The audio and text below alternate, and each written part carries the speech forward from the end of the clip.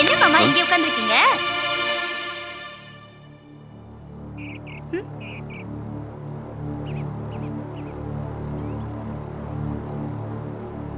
ஏதோ குழப்பம் யோசனை அதான்.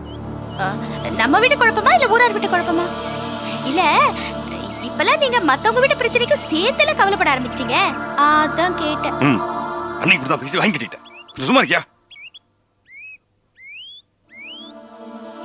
ஏன் மாமா ஒரு மாதிரியா இருக்கீங்க? அன்னைக்கு சொன்னீங்களே அந்த பிரச்சனையா? ஆனா இப்ப விஷயம் ரொம்ப சிக்கலாயிருச்சு. என்ன மாமா சிக்கல? தெரிஞ்சவங்க வீட்டு பொண்ணு பைக்ல ஒருத்தங்க கூட போச்சுன்னு சொன்னேன்ல. ஆமா. அந்த பையன் இருக்கானே, அந்த பொண்ணோட லவ்வர், அவனுக்கு ஏற்கனவே கல்யாணம் ஆகி ஒரு புள்ள வேற இருக்கு. காலம் கெட்டு போச்சுங்கிறது சரியா தான் இருக்குங்க. கல்யாணம் ஆனவனை போய் எவ்வளவு லவ் பண்ணுவாளா? ஊர்ல வேற ஆளா கிடைக்கல. அது நினைச்சதான் என் வயிறே எரியுது. உங்களுக்கே வயிறு எரியுது, அது எதுக்கு புத்தி வேணா?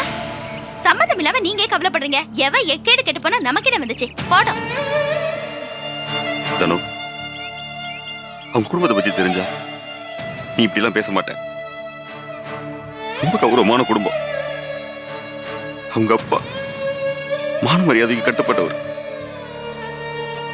இப்ப கூட அந்த வீட்டு பிள்ளைங்களை தங்கம்னு சொல்லுவாங்க. அப்படி இருக்கும்போது இப்படி ஒரு பிரச்சனை வந்தா அவரால் எப்படி தாங்க முடியும்? அந்த பொண்ணோட அப்பா பாவம், உசிரையே விட்டுருவார். ஏதாச்சும் பண்ணணும். அந்த குடும்பத்தோட பேரு கெடாம பக்குவமா ஏதாச்சும் பண்ணணும். ஆனா என்ன பண்றதுன்னு தான் தெரியல.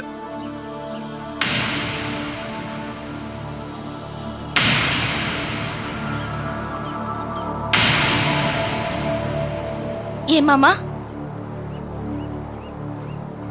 நீங்க சொல்ற அந்த பொண்ணு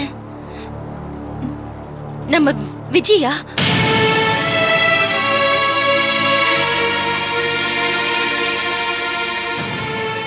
ஏய், என்ன மாமாவோட சேர்ந்து உனக்கு புத்தி கித்தி மழுங்கி போச்சா?